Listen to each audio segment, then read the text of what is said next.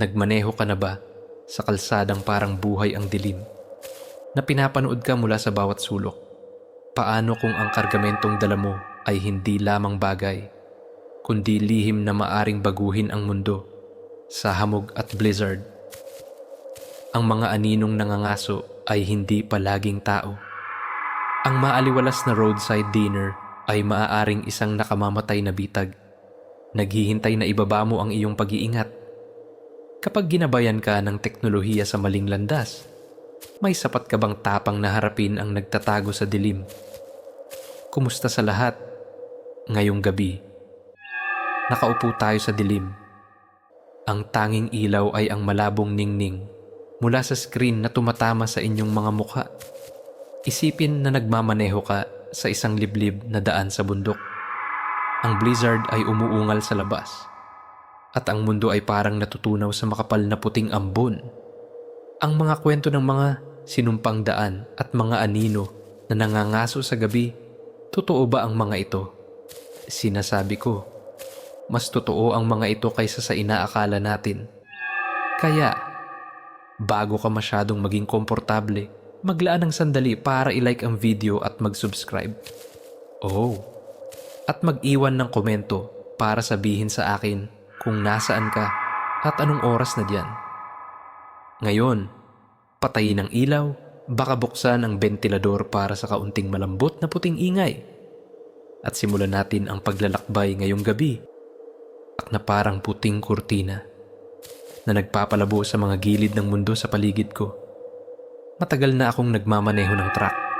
Ang mga walang katapusang daan ang naging tahanan ko, pero walang naghanda sa akin para sa pag-iisa at malamig na kagat ng bundok na ito. Biglang dumating ang blizzard, isang masamang puwersa na gustong lamunin ang lahat sa landas nito. Halos wala nang makita. Nawala ng signal ang GPS ilang oras na ang nakalipas. Pero nagpatuloy ako. Ang ideya ng pagpapalipas ng gabi sa linyang ito ng buhay at kamatayan ay mas nakakatakot kaysa sa anumang bagyo. May dala akong kargamento na hindi maaring maantala. Pinalaan ako ng boss ko tungkol sa daang ito. Tinawag itong shortcut na bihirang gamitin kahit sa magandang panahon. Pero dahil sarado ang mga pangunahing daan at mahigpit ang aking schedule, ito ang tanging pagpipilian ko, isang desisyong pinagsisihan ko sa bawat milya sa puting impyernong ito. Makitid at paikot-ikot ang daan, at bawat liko ay parang pagsubok sa aking tapang. Ang mga headlight ng truck ay nagbibigay lamang ng ilaw sa ilang metro sa unahan, at ang lamig ay parang tumagos sa salamin ng cabin. Nang lumiko ako sa isang partikular na makitid na kurba, napansin ng mga headlight ang isang bagay sa unahan. Isang inabandunang sedan. Ang mga ilaw nito ay bukas pa, na lumilikha ng kakaibang ningning na mahinang tumagos sa umiikot na nyebe. Kakaibang tanawin ito, at ang bawat instinct ko ay nagsisigaw na magpatuloy, na iwanan ang anumang kasawian na nangyari sa mga nakatira dito sa mga rescuer. Pero ang malalim na bahagi sa akin, na hinasa ng mga tao ng kalungkutan sa daan, ay hindi makapayag na baliwalain ito. Paano kung may nasa panganib, nasugatan, o mas masahol pa, itinigil ko ang truck. Ang katahimikan pagkatapos patayin ang makina ay mas nakakabingi kaysa dati. Hinigpitan ko ang aking coat, lumabas, at ang lamig ay kumagat sa bawat pulgada ng aking balat. Ang hangin ay parang pisikal na puwersa na nagtutulak sa akin pabalik habang papunta ako sa natigil na sasakyan. Bukas ang pinto ng driver, at nang sumilip ako sa loob, wala akong nakita. Walang bakas ng labanan, walang mga gamit na naiwan, tanging kakaibang kawalan. Nakasaksak pa ang susi sa ignition. Patay ang makina, malamang dahil sa lamig. Walang katuturan ito. Saan napunta ang mga sakay sa ganitong malupit na bagyo? Noon ko narinig isang mahinang sigaw na tumagos sa ingay ng hangin. Isang desperadong tunog ng tao na nanggaling sa unahan ng daan. Mabilis akong bumalik sa truck. Pinaandar ito at nagmaneho patungo sa tunog. Ang puso ko ay tumitibok ng malakas. Lumalala ang visibility, pero lumakas ang mga sigaw. Mas nagmamadali. Malapit na ako. Biglang lumitaw ang isang figura mula sa niyebe na natitisod patungo sa daan. Pinindot ko ang preno. Halos hindi na napigilan sa oras. Isang babae. Ang mukha niya ay namumula sa lamig. Ang damit ay halos hindi sapat para panatilihin ang buhay sa ganitong panahon. Mabilis ko siyang dinala sa cabin. Binuksan ang heater sa maximum. Sa pamamagitan ng nanginginig ng ngipin. Ikinuwento niya ang isang nakakakilabot na kwento. Sila ay nagmamaneho patungo sa isang family reunion nang pumili sila ng shortcut na ito. Nang tumama ang blizzard, natigil ang kanilang sasakyan. Ang kanyang asawa at isang anak ay lumabas para maghanap ng tulong. Iniwan siya kasama ang bunsong anak.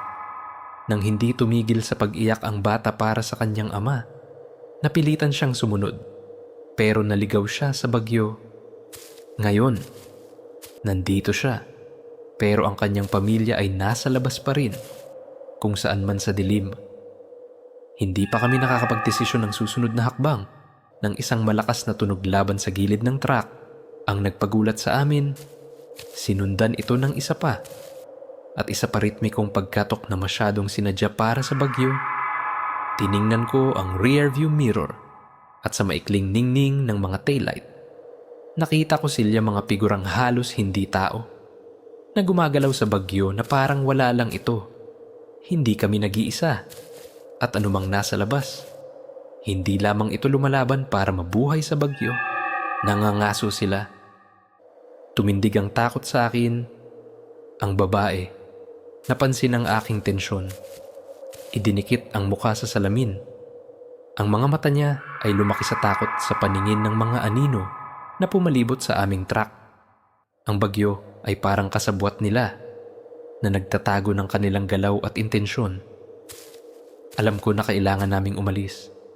Kahit na may panganib, mapanganib ang daan sa unahan.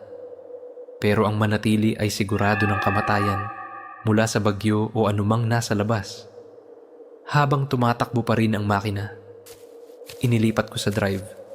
Ang mga kamay ko ay mahigpit na nakahawak sa manibela. Ang babae ay bumulong ng panalangin. Ang boses niya ay halos hindi marinig sa ingay ng hangin. Nang nagsimula kaming gumalaw, ang mga figura sa labas ay naging mas agresibo. Ang mga katok nila ay mas malakas, mas desperado. Pero ang niyebe sa ilalim ng mga gulong ay nanatili. At unti-unti kaming nakakuha ng traksyon. Ang truck ay natitisod pasulong sa blizzard. Nawala ang mga figura sa puting niyebe. Ang kanilang mga sigaw ay nilamon ng hangin. Nagmaneho kami sa katahimikan.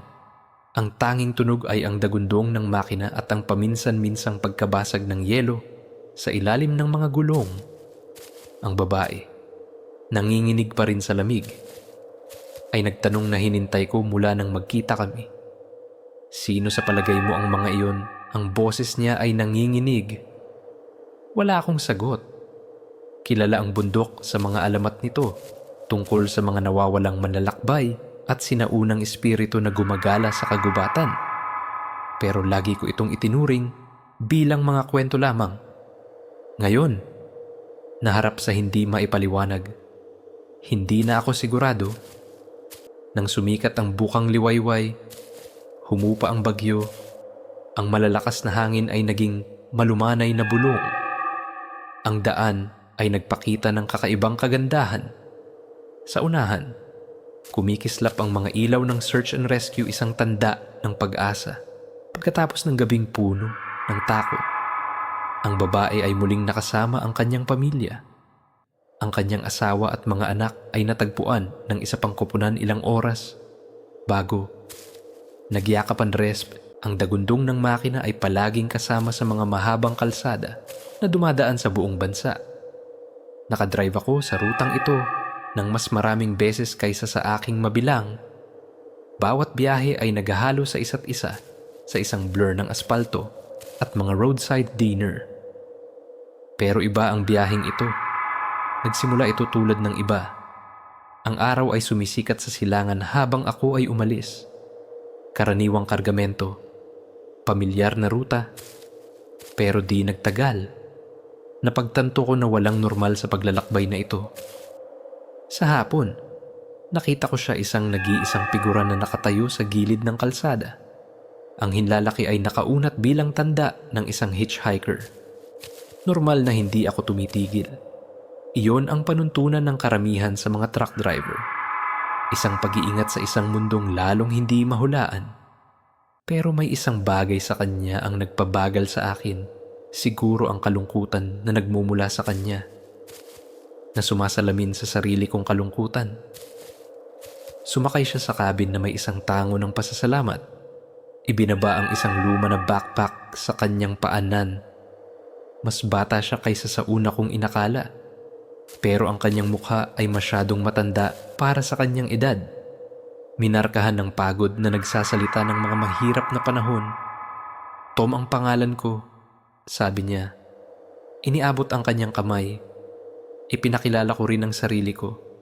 At kami ay nahulog sa isang madaling katahimikan habang ang mga milya ay humaba sa harap namin. Sa simula, si Tom ay parang anumang hitchhiker nagpapasalamat sa pagsakay at hindi masyadong sabik na ibahagi ang kanyang kwento ng buhay. Pero nang lumubog ang araw sa abot tanaw, nag-umpisang magsalita siya. Ang kanyang boses ay mababa.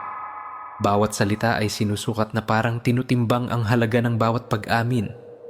Kwinento niya ang mga lugar na napuntahan niya, mga tao na nakilala niya, at mga anino na parang sumusunod sa kanya. Noong una, inisip ko na mga kwento lang ito ng isang troubled soul. Ang uri ng mga kwento na ikinukwento para pumatay ng oras. Pero habang mas lumalim ang kanyang kwento, na nagpapakita ng mga detalye na nagpapalamig sa akin, napagtanto ko na hindi ordinaryong manlalakbay si Tom. May mga puwang sa kanyang kwento, mga bahagi na nilaktawan niya o iniiwasan. At sa mga katahimikang iyon, lumakas ang aking kaba. May hinintay siyang hindi sinasabi, isang kadiliman na nagtatago sa ilalim ng kanyang mga salita. Pinilit ko ang sarili ko na ito ay epekto lamang ng pag-iisa sa kalsada, na walang dapat katakutan mula sa isang nag-iisang hitchhiker. Pero nang yakapin kami ng gabi, nagbago ang atmosfera sa cabin. Nawala ang palakaibigang estranghero na sumakay sa aking truck. Napalitan ng isang tao o isang bagay na ibang-iba. Ang ugali ni Tom ay naging masidhi, halos fanatiko.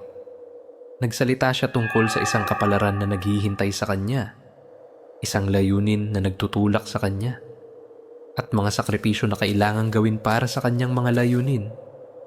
Napagtanto ko na nagkamali ako ng malaki nang hinayaan ko siyang sumakay. Ang kalsada, na dating simbolo ng kalayaan, ay naging bitag. Ang mga kwento ni Tom ay nagkaroon ng madilim na gilid. At naramdaman ko ang tensyon sa pagitan namin. Makapal na parang hamog na minsan ay bumabalot sa mga nag-iisang kalsada. Nagsimula akong magplano. Sinusubukang malaman kung paano ko matatapos ang pagsakay na ito nang hindi siya napipikon. Iminungkahi ko ang isang rest stop na nagpapanggap na kailangan ng pahinga. Pero iginiit ni Tom na magpatuloy kami sa pagmamaneho. Sinabing malapit na kami sa kanyang destinasyon. Kahit hindi niya sinabi kung saan iyon. Ang kanyang pagpupumilit ay nagpapadala ng mga alarm bell sa aking ulo. Kailangan kong kumilos. At mabilis. Sa mabilis na pag-iisip, nagsinungaling ako tungkol sa isang mekanikal na isyu na nangangailangan ng agarang atensyon. Huminto ako sa susunod na labasan. Lumabas sa ilalim ng pagpapanggap na tinitingnan ang makina. Si Tom ay nanatili sa cabin. Pinapanood ako na may intensidad na nakakapangilabot. Ito ang aking pagkakataon. Sinabi ko sa kanya na kailangan niyang maghanap ng ibang sasakyan na hindi ko na siya madadala pa. Mabilis at nakakatakot ang kanyang reaksyon. Sa isang boses na halos hindi na niya, ipinangako niya na magkikita pa kami muli, na ang kanyang paglalakbay ay malayo pa sa katapusan. Pagkatapos, Kasing bilis ng kanyang paglitaw, nawala siya sa gabi, na iniwan ng isang lamig na hindi lamang mula sa hangin. Bumalik ako sa kalsada. Nabigla. Sino si Tom? Anong madilim na lihim ang dala niya? Ano ang kanyang intensyon sa pagtawid sa aking landas? Sa mga sumunod na araw, ang alaala kay Tom ay unti-unting kumupas. Naging isang madilim na kwento na ibinahagi ko sa mga kapwa trucker sa kape. Pero ang pakiramdam ng kaba ay hindi kailanman lubusang umalis. Minsan, sa mga disyerto na kalsada sa gabi, tinitingnan ko ang aking rearview mirror. Kalahating inaasahan na makita ang kanyang figura. Hinlalaki na nakaunat, naghihintay. Ang malalim na pananaw ko mula sa gabing iyon ay ang pinakamalaking panganib ay minsan ay hindi ang nakikita natin, kundi ang nararamdaman natin sa katahimikan. Isang kakaibang katotohanan, ang mga kalapati ay maaaring mag-alaala ng daan-daang lokasyon at bumalik sa mga ito ng walang mapa. Sa akademikong pananaw, maaaring pagtalunan kung ang mga saglit na pagtatagpo tulad ng kay Tom ay nagkataon lamang o bahagi ng isang mas malaking kwento na hinabi ng kapalaran. Pero sa kalsada, ikaw lamang at ang iyong mga pagpipilian ang mahalaga. Ang highway ay kumikinang sa ilalim ng buwan. Isang itim na laso na humaba na may dalang mga kwento ng mga aksidente at kakaibang mga insidente na mas madalas kaysa sa iba pang lugar. Inakala ko noon na ito ay mga pamahihiin lamang, mga kwento para takutin ang mga baguhan. Pero habang nagmamaneho ako sa kilalang kalsadang ito, isang gabi para sa isang delivery, isang pakiramdam ng kaba ang sumiksik sa akin. Ang mabigat na katahimikan, walang ibang sasakyan, ay nagbigay ng hindi normal na pakiramdam sa biyaheng ito. Nasa kalahati na ako ng ruta nang biglang sumabog ang mga spark sa unahan. Ang tunog ng metal na kumakaskas sa aspalto ay tumunog ng malakas. Isang kotse ang lumihis sa kalsada. Ang harapan nito ay natumba sa isang puno. Ang katawan nito ay gusot na parang isang piraso ng papel. Ang instinct ang nagtulak sa akin. Hininto ko ang truck at kinuha ang flashlight. Tumakbo patungo sa mga labi na may pag-asang makatulong. Magulo ang eksena, sira ang kotse. Umuusok ang makina. Sumigaw ako. Tinanong kung may nasaktan. Pero katahimikan lamang ang sumagot. Isang nakakabahalang katahimikan. Habang lumalapit, ang ilaw ng flashlight ay dumaan. Napansin ko na may mali. Walang bakas ng mga pasahero. Walang ungol o tawag para sa tulong. Parang inabando na ang kotse. Pero mukhang bago pa ang aksidente. Kung gayon, bumukas ang bitag. Mula sa dilim, lumitaw ang mga figura. Ang mga mukha ay natatakpan ng gabi. Gumalaw sila na may malinaw na layunin. Isang grupo na maayos ang koordinasyon. Malinaw na hindi ito ang unang pagkakataon. Sumiklab ang panik nang mapagtanto ko na nahulog ako sa isang ambush, isang nakamamatay na bitag na inayos ng isang grupo ng mga magnanakaw na nangangaso ng mga nag-iisang manlalakbay. Ang mga kwento tungkol sa mga bandido na gumagamit ng pekeng aksidente para akitin ang mga biktima ay hindi na tsismis. Napunta ako mismo sa kanilang mga kamay, mag-isa, malayo sa tulong. Sumiklab ang adrenaline. Tumalikod ako at tumakbo patungo sa truck. Umaasang mailak ang sarili sa cabin at tumawag ng tulong. Pero mas mabilis sila kaysa sa inakala ko. Isang lalaki ang sumugod. Itinulak ako sa lupa. Ang flashlight ay nadulas mula sa aking kamay. Gumulong sa dilim. Habang nagpupumilit, nakita ko ang mga umaatake malamig ang mga mata. Walang awa. Hindi lamang mga magnanakaw kundi mga mangangaso. Ako ang kanilang biktima. Pero hindi ako susuko ng madali. Gamit ang lahat ng lakas at mga trick na natutunan ko sa mga taon sa kalsada. Nakawala ako sa lalaking humawak sa akin. Gumapang at tumakbo patungo sa truck. Ang habulan ay isang blur ng desperasyon. Narinig ko ang mga yapak sa likuran ko. ang hingal ng mga humahabol. Bumangga ako sa truck. Nilak ang mga pinto nang makarating sila. Ang mga kamay ay tumatama sa mga bintana. Ang mga mukha ay baluktot sa galit at pagkabigo. Umuungal ang makina nang sinimulan ko ito. Ang mga mata ay sumulyap sa rearview mirror upang makita na hinintay pa rin na nila. Pinindot ko ang accelerator. Iniwan sila sa isang ulap ng alikabok. Ang puso ko ay tumitibok pa rin ng malakas habang lumalaki ang distansya sa pagitan namin. Ang adrenaline ay unti-unting nawawala, nag-iwan ng isang nanginginig na katawan. Habang nagpatuloy ako sa pagmamaneho, ang aking isip ay nagulo sa nangyari. Sino ang gumawa ng bitag na ito? Ano ang gusto nila, ang kargamento? Ang truck o isang bagay na mas nakakatakot? Ang kalsadang ito na may mga kwento ng panganib ay hindi na kwento ng iba. Ito ang aking realidad. Nagmaneho ako sa buong gabi. Ang mga mata ay paulit-ulit na tumitingin sa rearview mirror. Natatakot na muling lumitaw ang mga figura. Nang umaga, nakarating ako sa punto ng delivery, pero ang pakiramdam ng tagumpay pagkatapos ng bawat biyahe ay nawala. Napalitan ng isang obsesyon sa kung ano ang pinagdaanan ko. Ang malalim na pananaw mula sa gabing iyon ay ang panganib ay minsan ay hindi mula sa hinintay natin, kundi mula sa mga bagay na hindi natin inaasahan. Isang kakaibang katotohanan, ang mga paniki ay maaring makakita ng biktima sa pamamagitan ng sound waves. Kahit na sa ganap na kadiliman, sa akademikong pananaw, maaaring pagtalunan kung ang mga ambush na tulad nito ay produkto ng desperasyon o ng isang lipunang nawalan ng kaayusan. Pero kapag ikaw ang hinintay, iisa lamang ang mahalaga, ang mabuhay. Ang kalsada ay humaba ng malupit. Bawat milya ay parang walang katapusan. Ang makapal na kagubatan ay pumalibot. Ang mga puno ay parang nagsasara, na lumilikha ng nakakasakal na pakiramdam. Nagmaneho ako. Ang mga headlight ay tumagos sa dilim. Dala ang isang kargamentong kailangang maihatid ng mabilis. Ang katahimikan ng liblib na lugar na ito ay karaniwang nagpapakalma sa aking tensyon. Pero ngayong gabi, may isang bagay na nagpabagabag sa akin. Nang dumaan ang mga headlight, nakakita ako ng isang lumang karatula. Kupas na dahil sa panahon, na nagtuturo sa isang bayan na hindi ko pa narinig. Nanaig ang kuryosidad. Nagpasya akong lumiko isang mabilis na tingin. Anong pinsala nito? Ang bayan, kung matatawag mo itong ganoon, ay isang koleksyon ng mga nasirang gusali na parang bumabagsak sa sarili nilang kasaysayan.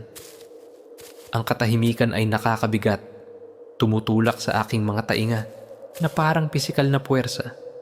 Malinaw na walang nakatira rito sa loob ng mga taon, marahil dekada. Pero kahit na may kaba na kumakamot sa likod ng aking isip, ang aking mga paa ay gumalaw ng mag-isa. Hinila ako patungo sa puso ng inabandunang lugar na ito. Ang mga kalye ay basag, puno ng mga damo, at ang hangin ay may amoy ng pagkabulok. Naglakad ako patungo sa isang lumang diner. Ang mga bintana nito ay makapal sa alikabok na hinila ng isang hindi maipaliwanag na drang sumilip sa loob. Sa pamamagitan ng dilim, nakita ko ang mga upuan na nakabaliktad sa mga mesa, naghihintay ng mga parokyano na hindi na babalik. Noon ko narinig isang mahinang bulong. Napakahinay na inakala ko na guni-guni ko lamang. Pero lumakas ito. Isang koro ng mga boses na nagsasalita ng mga salitang hindi ko maunawaan, na pumupuno sa hangin ng isang pagkaapurahan na nagpalamig sa aking gulugod. Tumalikod ako para umalis. Ang puso ay tumitibok, pero may ibang plano ang bayan. Ang mga kalye na nilakaran ko ay ngayon ay umiikot sa mga paraang laban sa luhika, na parang ang bayan mismo ang nagbabago para panatilihin akong nakakulong. Sumiklab ang panik nang mapagtanto ko, hindi lamang ako nawala, ako ay nakulong. Mabilis na bumagsak ang gabi. Ang kadiliman ay halos nahahawakan. Ang mga anino ay gumagalaw sa pagitan ng mga gusali. Nasa gilid lang ng aking paningin. Ang mga bulong ay naging mas mapilit na nagsasabi ng mga kwento ng isang bayan na sinumpa ng kasakiman isang komunidad na tumalikod sa sarili. Nahulog sa kabaliwan at karahasan hanggang walang natira. Pero ang kanilang mga espiritu ay nanatili, nakatali sa lugar na ito. Nagugutom sa buhay na hindi na nila maangkin. Napagtanto ko na ang bayan ay buhay sa sarili nitong paraan. Isang buhay na bangungot na pinalakas ng mga kasalanan nito. Gusto ako ng mga anino. Isa pang kaluluwa na gumagala sa kanilang mga kalye. Ang tanging pag-asa ko ay makatakas. Naghanap ako ng labasan. Iniiwasan ang mga anino na umabot sa akin. Ang kanilang mga bulong ay naging isang ingay ng desperasyon. Ang bayan ay parang lumalaban sa bawat hakbang ko. Ang mga kalye ay umiikot pabalik sa kanilang sarili. Ang mga gusali ay parang sumisiksik na para lamunin ako nun ng buo. Mga oras ang lumipas sa walang humpay na larong ito ng pusa at daga. Ang aking takot ay nakikipaglaban sa determinasyon. Nang ang desperasyon ay halos sumakop, natisod ako sa isang landas punong-puno ng damo. Halos hindi nakikita. Napatungo sa labas ng bayan, kasama ang mga anino sa aking likuran. Tumakbo ako, hindi nangahas na lumingon hanggang sa lumabas ako sa kagubatan patungo sa bukas na kalsada. Nakarating ako sa aking truck. Ang makina ay umungal na parang lifeline. Habang nagmamaneho palayo, nawala ang bayan sa likod ng mga puno. Pero hindi ko maalis ang pakiramdam na pinapanood nito. Naghihintay ng susunod na bisita. Napakalinaw ng karanasan para ituring na guni-guni. Alam ko na kailangan kong balaan ng iba. Pero sino ang maniniwala sa isang trucker na nagsasabing nakatakas mula sa isang bayan ng multo na may masamang layunin? Ang pagmamaneho pabalik sa sibilisasyon ay parang walang katapusan. Bawat anino na itinapon ng mga puno ay nagtatago ng masamang intensyon. Nang lumitaw ang mga ilaw ng pinakamalapit na bayan, saka lamang ako hinintay na huminga. Sa mga sumunod na araw, ang mga alaala ay sumalakay sa aking mga panaginip, ginagawang mailap ang pahinga. Ang mga anino ay nanatili sa gilid ng aking paningin, kahit sa araw. At ang mga bulong ay sumunod. Hindi maunawaan pero puno ng mali siya. Sinuri ko ang bayan. Natagpuan lamang ang isang maikling banggit sa isang lumang archive ng pahayagan, isang maunlad na komunidad na napunit ng pagnanakaw, pagtataksil at pagpatay na nagtapos sa isang malawakang pagkawala. Ang bayan ay hindi lamang haunted. Ito ay isang bilangguan para sa mga pinahirapang espiritu at ako ay naging bahagi ng kanyang pamana. Determinado na makawala, bumalik ako sa kagubatan. Kailangang harapin ang bangungot ng direkta. Pero kung saan dapat naroon ang bayan, wala kundi kagubatan tahimik. Hindi nagagalaw. Hallucination ba ito? Hindi. Masyadong totoo ang takot. Ang bayan ay kontento na manatiling nakatago. Isang lihim na nakabaon sa ilang. Ang aking pananaw mula sa karanasang ito ay ang ilang lugar ay humahawak sa kanilang sakit. Tumatangging bitawan hanggang sa makilala. Isang kakaibang katotohanan, ang mga inabando ng bayan ay maaaring maibalik ng kalikasan sa loob lamang ng ilang dekada na hindi nagiiwan ng bakas. Sa akademikong pananaw, maaaring pagtalunan kung ang mga ganitong karanasan ay mga proyeksyon ng psikolohikal o mga sulyap sa isang metapisikal na realidad. Pero sa kalsadang iyon, natutunan ko na ang takot ay isang universal na wika. Ang kalsada ay malabo sa makapal na hamog. Ang mga headlight ng truck ay tumagos lamang ng ilang metro na lumilikha ng isang malabong ningning na parang nagmamaneho ako sa isang panaginip. Sanay na ako sa mahabang gabi sa kalsada. Pero ang hamog ngayong gabi ay may kakaibang pakiramdam na parang buhay ito. Nagtatago ng mga lihim na hindi pa ako handa na tuklasin. Nagdadala ako ng kargamento patungo sa isang malayong destinasyon, isang bodega na nakatago sa malalim na kanayunan, kung saan kahit ang GPS ay parang nag-aalangan na gabayan. Pero trabaho ang trabaho, at wala akong ugali na tumanggi sa isang kargamento, kahit gaano ito nakakabagabag. Habang dumadaan ako sa isang paikot-ikot na kalsada, biglang nahuli ng mga headlight ang isang convoy 3 iba pang truck. Tahimik na gumagalaw sa parehong direksyon. Ang mga pulang taillight ay kumikinang na parang mga mata sa dilim. Wala namang kakaiba sa pagkakita ng ibang mga driver sa kalsada. Pero may isang bagay sa mga truck na ito na nagpalamig sa aking gulugod. Gumalaw sila na may kakaibang pagkakasabay. Walang pag-ugoy, walang signal, na parang kinokontrol ng isang solong kalooban. Binagalan ko ang bilis. Pinananatili ang distansya. Pero ang hamog ay parang hinihila sila palapit, na parang ginagabayan nila ako patungo sa isang lugar na hindi ko dapat malaman. Sa wakas, huminto ang convoy sa harap ng isang lumang bodega. Kalawangin, nakahiwalay sa gitna ng isang disyerto na bukirin. Inihinto ko ang truck sa malayo. Pinagmamasdan mula sa distansya. Ang mga driver, kung matatawag mo silang ganoon, ay bumaba mula sa kanilang mga truck, pero ang dilim ay nagtakip sa kanilang mga mukha. Mabilis silang nagtrabaho, nagbababa ng mga kargamentong maingat na nababalot, pero walang salita, walang tawa, tanging nakakabahalang katahimikan.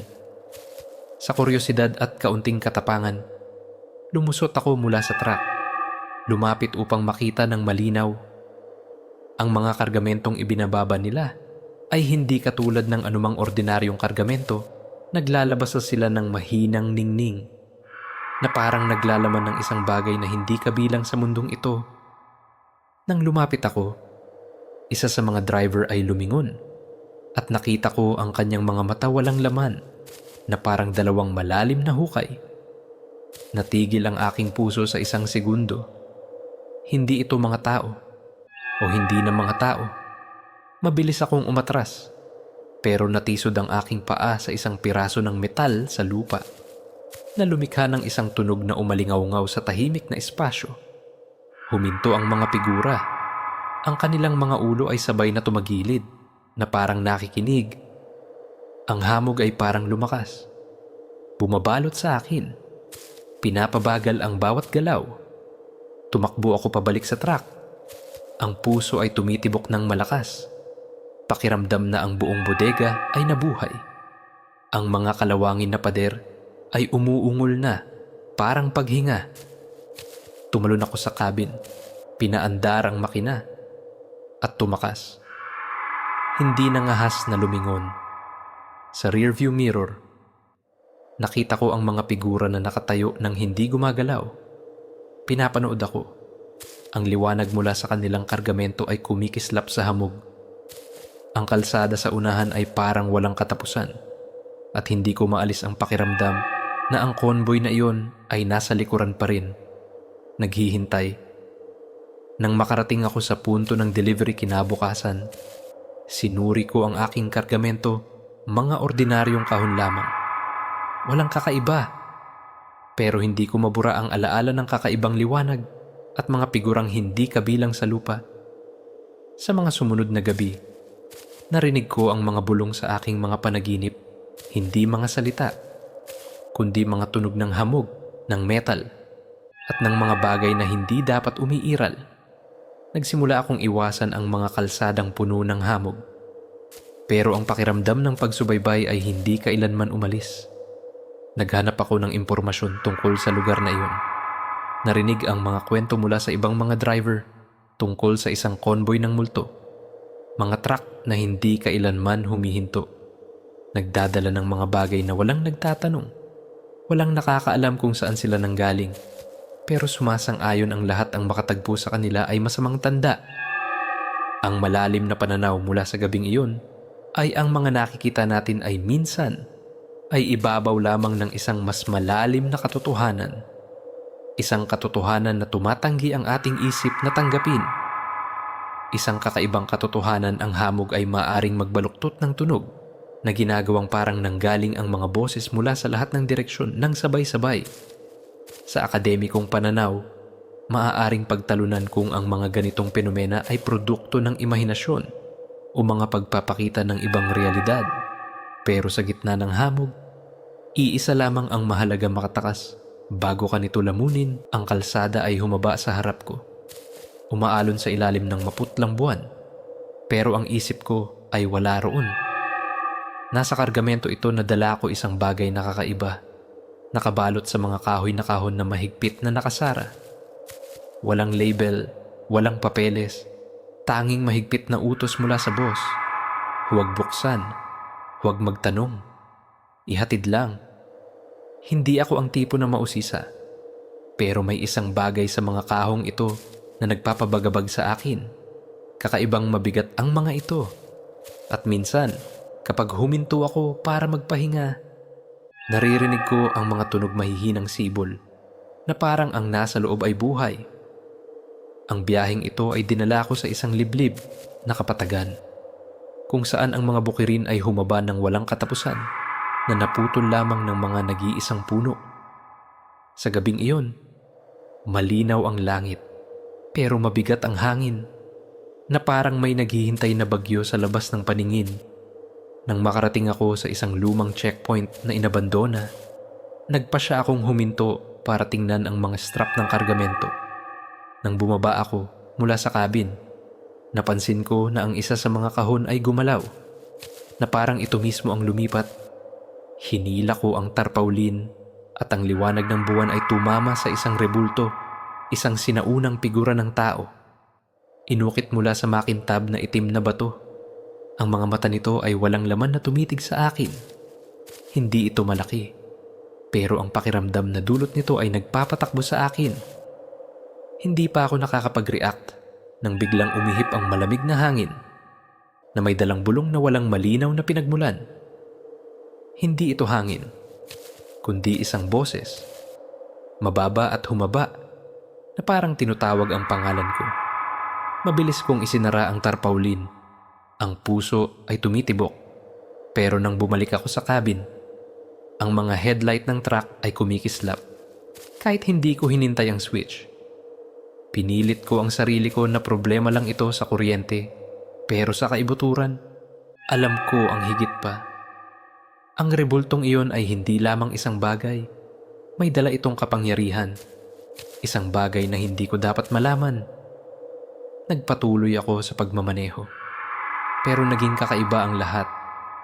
Ang radyo ay nagsimulang maglabas ng static na may halong mga salitang hindi maunawaan.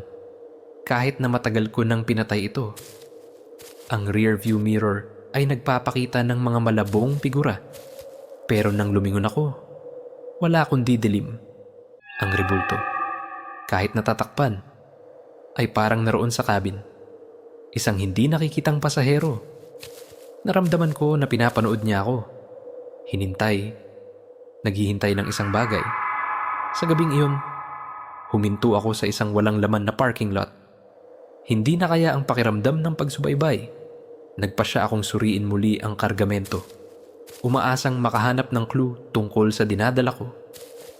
Nang hinila ko muli ang tarpaulin, nakita ko na gumalaw ang rebulto hindi gaano, pero sapat para pagdudahan ko ang sarili kong mga mata. Ang mga mata nito sa bato ay parang mas maliwanag, na parang sinisip-sip ang liwanag ng buwan. Narinig ko muli ang bulong. Mas malinaw na ngayon na inuulit ang isang sinaunang parirala na hindi ko maunawaan. Sa takot, tinawagan ko ang boss ko, humihingi ng paliwanag.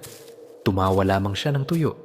Sinabing tapusin ang trabaho at pinutol ang tawag. Pero ang kanyang boses ay nanginginig, na parang siya rin ay natatakot sa dinadala ko. Wala akong ibang pagpipilian kundi magpatuloy. Pero nang malapit na ako sa destinasyon, biglang dumating ang isang bagyo. Ang mga kulog ay umuungal at ang ulan ay bumuhos na parang gustong lunurin ang kalsada. Ang rebulto ay nagsimulang umuga sa kahon. Ang mga tunog ay parang kumatok sa pinto ng regular. Pinindot ko ang accelerator. Gustong makatakas mula sa bangungot na ito. Pero ang kalsada sa unahan ay naharang ng isang nahulog na puno. Napilitan akong huminto at sa sandaling iyon ng katahimikan, naramdaman ko ang isang malamig na kamay na humawak sa aking balikat kahit na ako ay ganap na mag-isa. Sa panik, tumalon ako mula sa truck. Hindi alintana ang ulan at tumakbo sa kargamento gamit ang isang bakal na bar. Binasag ko ang kahoy na kahon. Determinado na harapin ang nasa loob. Ang rebulto ay nakatayo roon, hindi nasira.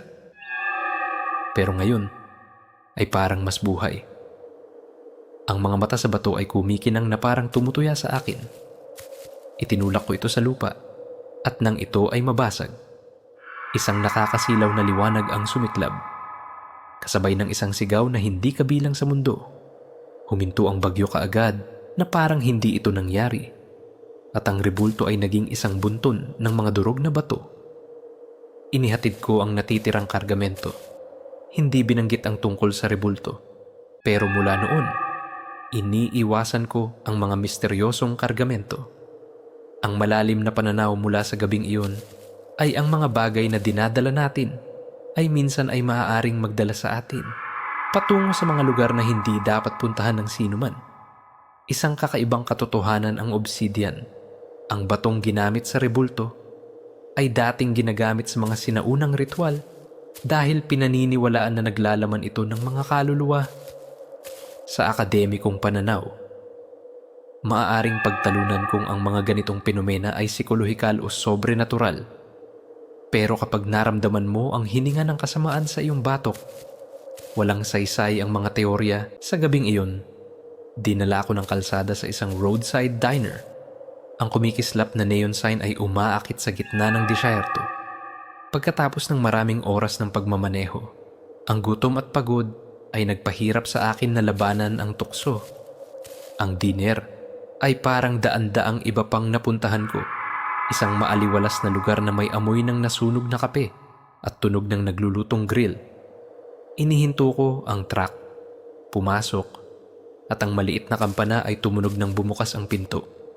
Sa loob, maliwanag ang espasyo, pero may isang bagay na mali. Ang mga waiter ay gumagalaw ng masyadong mabagal. Ang kanilang mga mata ay umiiwas. At ang ilang mga customer na nakaupo sa counter ay parang kakaibang pinapanood ako. Umorder ako ng isang tasa ng kape at isang plato ng hamburger. Sinusubukang alisin ang pakiramdam ng kaba.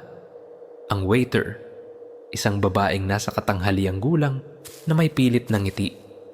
Inilapag ang kape sa harap ko nang walang salita. Sumimsim ako, pero ang lasa ay mapait na parang may hinhalo rito. Nang tiningnan ko, ang waiter ay bumalik na sa counter, bumubulong sa isang lalaki. Ang kanilang mga mata ay sumusulyap sa akin. Pakiramdam ko ay pumasok ako sa isang entablado na hindi ko alam ang script. Nagpa siya akong kumain ng mabilis at umalis. Pero nang sinubukan kong tumayo, biglang naging mabigat ang mga paa ko na parang nakaangkla sa upuan. Nagsimulang magbago ang espasyo sa diner. Ang mga neon light ay kumupas. Ang kadiliman ay sumiksik mula sa mga sulok. Ang iba pang mga customer ay hindi na nagpapanggap na normal, tinitigan nila ako ng direkta. Ang kanilang mga mata ay walang laman, hindi kumukurap. Isang malaking lalaki. Ang mukha ay puno ng pekla at tumayo at nilak ang pangunahing pinto. Ang tunog ng lock ay umalingaw-ngaw na parang hatol. Napagtanto ko ng huli, hindi ito isang dinner. Ito ay isang bitag. Inayos ng mga mangangaso na nagpapanggap bilang mga waiter na nagtatarget ng mga pagod na manlalakbay tulad ko. Nalilito ang isip ko. Marahil dahil sa isang bagay sa kape. Pero pinilit ko ang sarili ko na manatiling gising. Nagpanggap akong kalmado. Tinanong ang direksyon patungo sa banyo para makakuha ng oras. Itinuro ng waiter ang isang madilim na pasilyo sa likuran. At naglakad ako. Nararamdaman ang mga mata nila na tumutusok sa likod ko. Ang pasilyo ay humantong sa isang back door. Pero nang itinulak ko, nakalock ito. Narinig ko ang mga yapak sa likuran mabagal. May layunin. Hinintay ko ang bulsa ko para sa anumang maaaring gamitin bilang armas. At sa kabutihang palad, may dala akong maliit na folding knife mula sa mga nakaraang biyahe. Binuwag ko ang lock, itinulak ang pinto, at tumakbo sa gabi. Sa labas, ang malamig na hangin ay nagpagising sa akin mula sa pagkahilo. Narinig ko ang mga sigaw mula sa loob ng diner, ang mga yapak na humahabol. Ang truck ko ay hindi kalayuan, pero alam ko na hindi nila ako hahayaang makatakas ng madali. Nagtago ako sa likod ng isang bunton ng basura.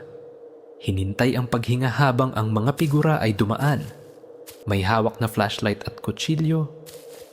Hindi lamang kargamento o truck ang gusto nila ako. O isang bahagi ko.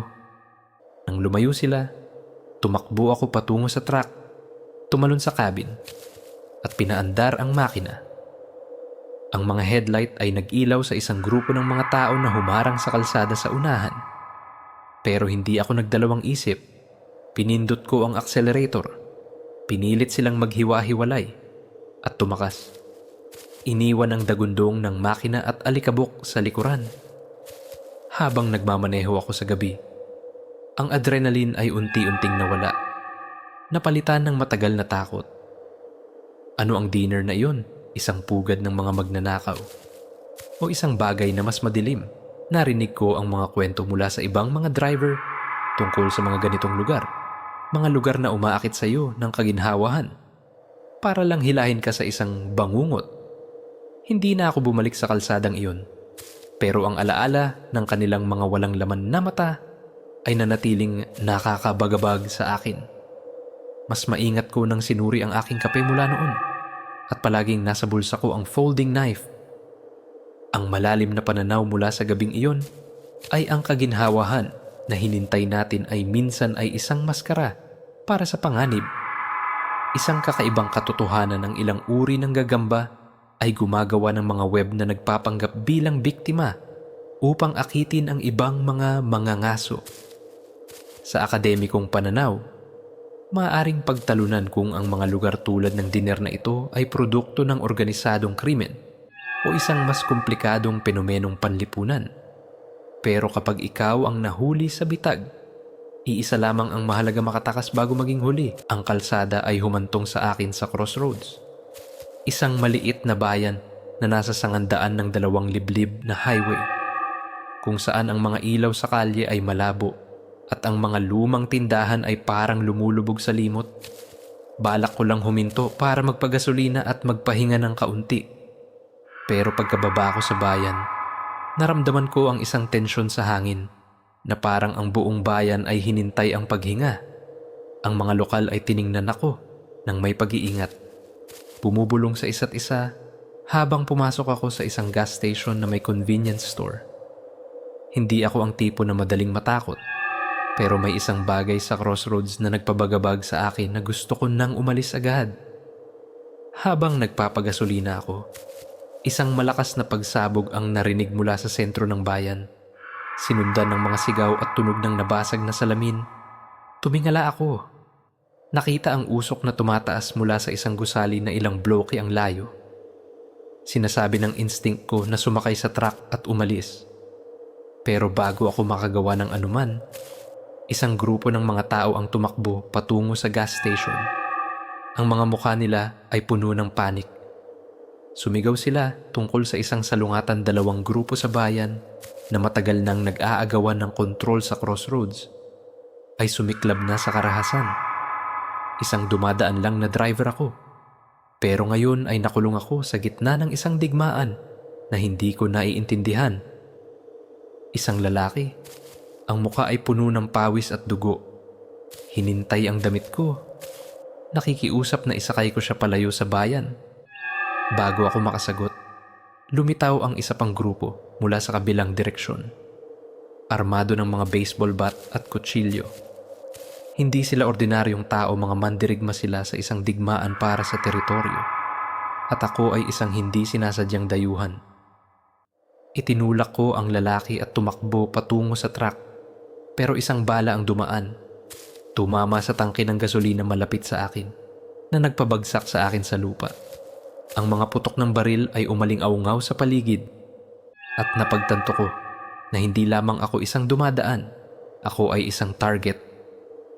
Gumapang ako sa ilalim ng truck, sinusubukang makahanap ng paraan para makatakas. Ang mga umaatake ay nagsisigawan sa isa't isa. Ang mga boses ay puno ng galit, pero hindi ko maipaliwanag kung sino ang sino sa kaguluhan. Ang isa pang truck, hindi akin, ay sinunog. Ang mga apoy ay sumiklab na nagpapaliwanag sa gabi. Ginamit ko ang kaguluhan, lumusot sa aking kabin at pinaandar ang makina. Pero nang sinubukan kong umalis, isang grupo ang humarang sa kalsada. Ang mga mata nila ay puno ng intensyon ng pagpatay. Wala akong ibang pagpipilian kundi dumiretso. Ang mga gulong ay kumakaskas sa graba habang pinilit ko silang maghiwa-hiwalay. Isang lalaki ang naghagis ng metal bar sa windshield na nagpabasag ng isang sulok, pero hindi ako huminto. Nagmaneho ako palayo sa crossroads. Ang puso ay tumitibok ng malakas. Ang mga sigaw at putok ng baril ay unti-unting nawala sa likuran. Nang makarating ako sa isang ligtas na kalsada, huminto ako para tingnan ang truck at ang sarili ko. Sa kabutihang palad, hindi ako nasugatan. Pero ang truck ay hindi ganoon ang basag sa windshield at ilang bakas ng bala sa katawan nito ay patunay ng aking pinagdaanan. Tinawagan ko ang pulis, pero nang makarating sila sa crossroads, isang tahimik na bayan lamang ang natagpuan nila na parang hindi nangyari ang digmaan. Walang nagsalita tungkol sa mga grupo. Walang umamin sa karahasan. Nagsimula akong magtanong sa sarili ko kung talagang nasaksihan ko iyon o isang bangungot lamang dahil sa pagod ng mahabang araw sa kalsada. Pero ang mga bakas ng bala sa truck ay totoo at ang alaala ng mga galit na mata ay nanatiling nakakabagabag sa akin. Ang crossroads ay hindi lamang isang bayan. Ito ay isang larangan ng digmaan kung saan ang mga lumang hinanakit ay nalutas sa dugo. Iniiwasan ko ang sangandaang iyon mula noon. Pumipili ng mas mahabang pero mas ligtas na mga ruta. Sa bawat makita ko ang isang maliit na bayan sa mapa, nagtataka ako kung nagtatago rin ito ng mga katulad na lihim. Naghihintay ng isang hindi sinasadyang manlalakbay na pumasok. Ang malalim na pananaw mula sa gabing iyon ay ang pinakamaliit na lugar ay minsan ay naglalaman ng pinakamalaking salungatan, mga digmaan na hindi alam ng sino man sa labas. Isang kakaibang katotohanan ang mga maliliit na bayan tulad ng crossroads ay madalas na may mas mataas na rate ng krimen dahil sa pag-iisa at kakulangan ng interbensyon mula sa labas. Sa akademikong pananaw, maaaring pagtalunan kung ang mga ganitong salungatan ay resulta ng panlipunang tensyon o ng mga hinanakit na tumagal sa maraming henerasyon. Pero kapag ikaw ang nakulong sa gitna, iisa lamang ang mahalaga mabuhay para maikwento ang kwento. Ang kalsada ay humaba sa dilim na nililiwanagan lamang ng mga headlight ng truck na dumadaan sa isang disyerto na kapatagan na walang tao. Sanay na ako sa mga solong paglalakbay. Pero ngayong gabi, isang pakiramdam ng kaba ang kumapit sa akin na parang ang hangin ay bumubulong ng mga babala. Ang aking GPS, na karaniwang maaasahan, ay nagsimulang mag-malfunction. Ang screen ay kumikislap at patuloy na nagre-recalibrate. Naginagabayan ako sa mga kalsadang wala sa mapa. Nagdadala ako ng isang ordinaryong kargamento o kaya'y inakala ko, pero habang bumaba ang gabi, hindi ko maalis ang pakiramdam na hinintay ako patungo sa isang lugar na hindi ko dapat puntahan. Pagkatapos ng ilang oras ng pagmamaneho sa mga kalsadang lalong lumiit at magaspang, biglang inutusan ako ng GPS na lumiko sa isang makitid na dirt path. Halos natatakpan ng mga damo. Huminto ako. Sinuri ang papel na mapa, pero walang tanda ng kalsadang ito. Gayunpaman, iginiit ng GPS Ang malamig na babaeng boses ay paulit-ulit lumiko sa kanan ngayon. May isang bagay sa boses na yun, hindi mekanikal, kundi halos buhay na nagpangilabot sa akin. Gusto ko itong baliwalain, pero mahigpit ang oras ng delivery at ayokong bumalik sa pangunahing kalsada na naharang ng isang aksidente kanina.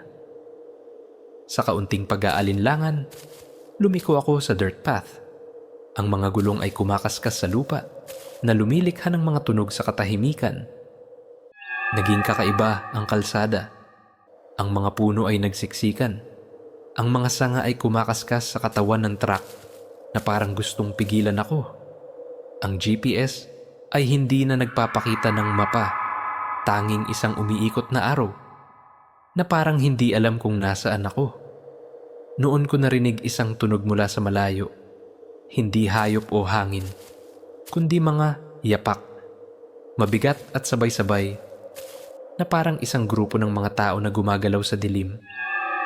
Ang aking mga headlight ay dumaan, pero mga baluktot na puno lamang ang nakita ko. Ang kanilang mga anino ay sumasayaw na parang mga buhay na figura. Pinindot ko ang accelerator, sinusubukang makatakas mula sa kakaibang kalsadang ito. Pero ang landas ay parang humaba ng walang katapusan. Walang tanda ng pagtatapos.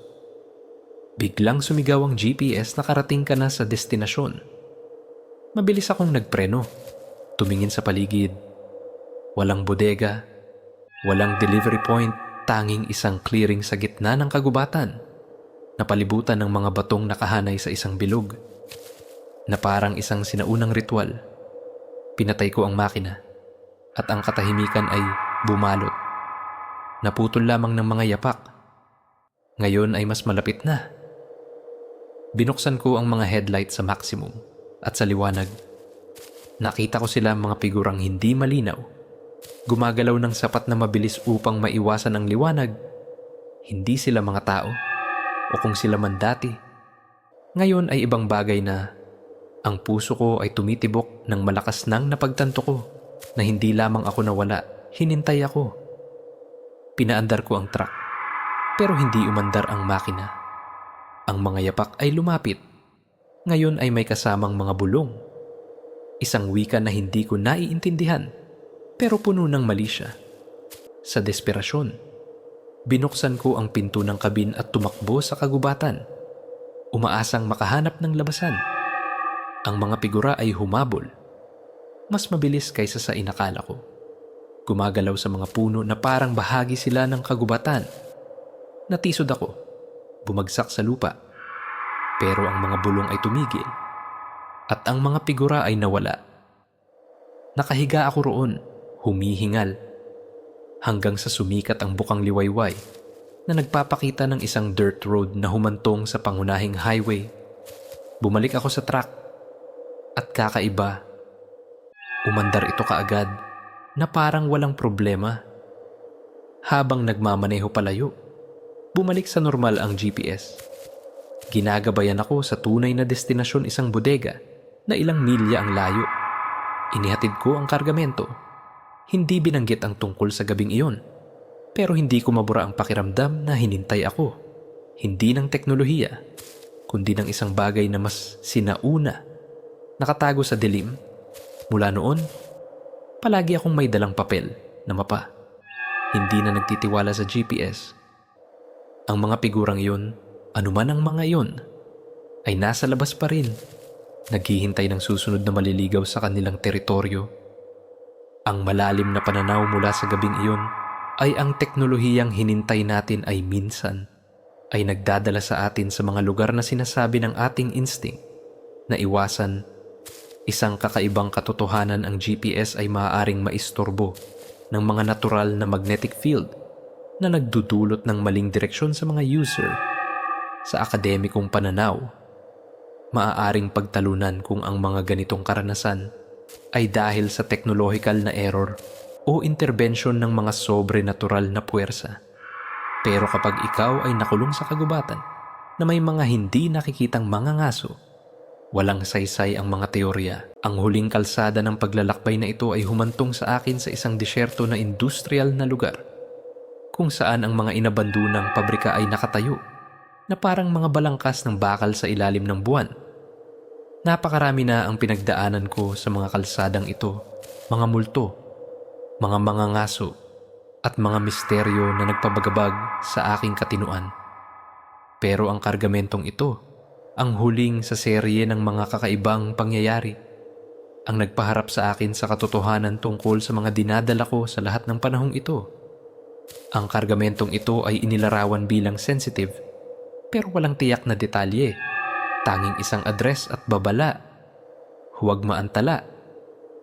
Sanay na ako doon sa mga malabong utos. Pero sa pagkakataong ito, ang pakiramdam ng kaba ay mas mabigat kaysa dati. Nang makarating ako sa bodega ng destinasyon, isang kulay abong konkretong gusali na walang karatula.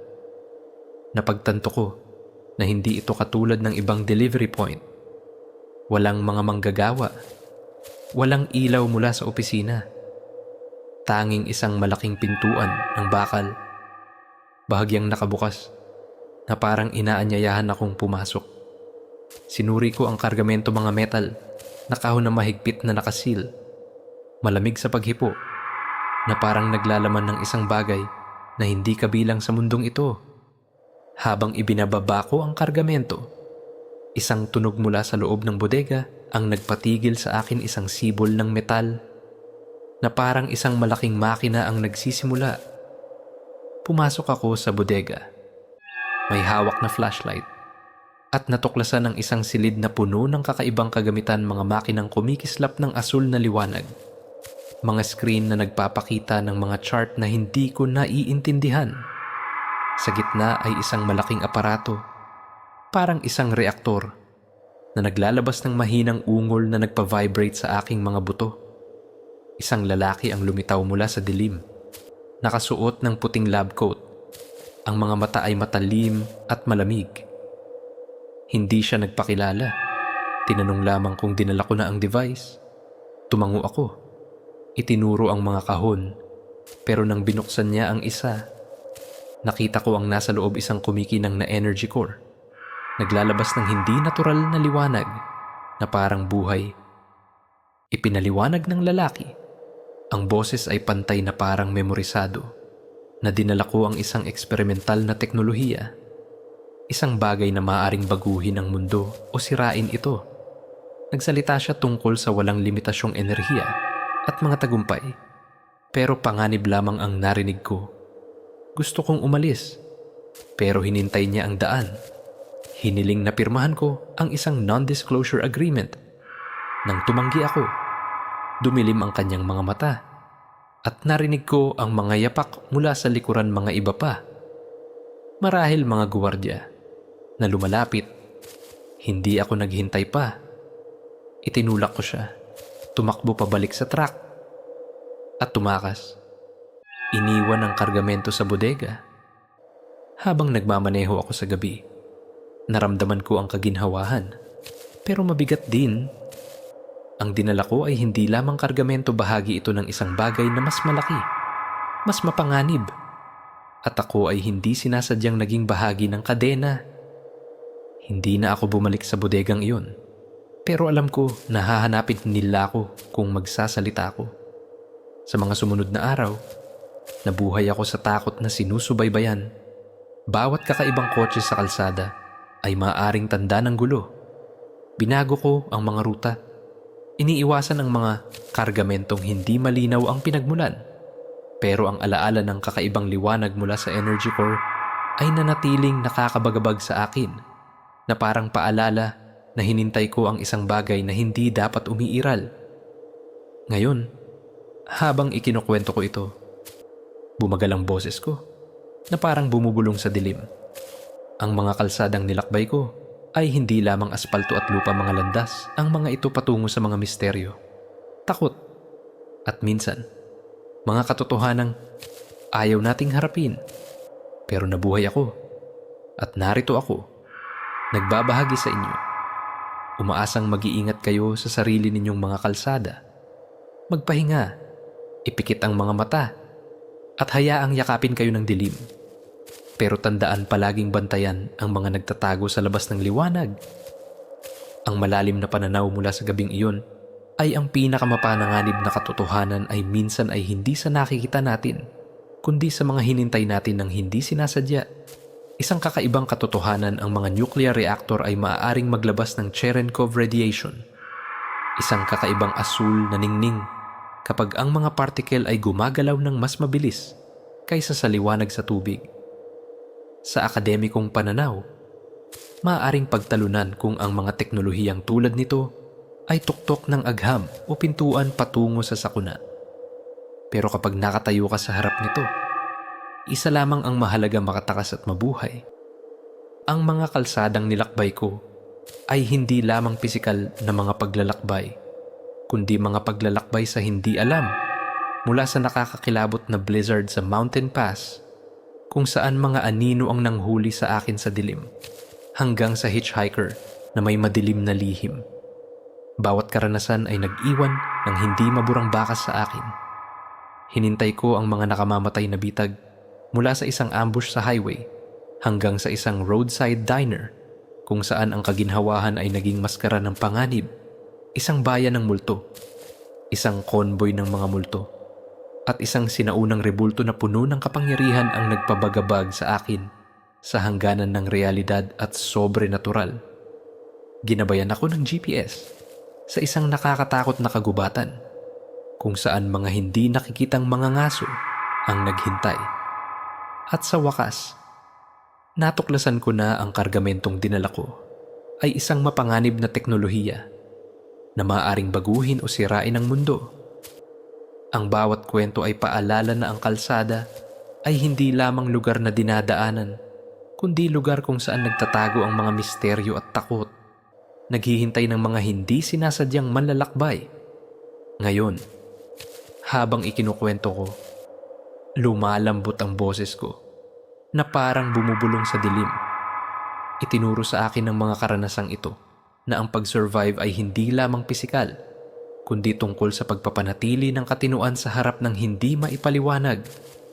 Magpahinga, pero palaging mag-ingat, dahil ang dilim ay laging may sariling mga lihim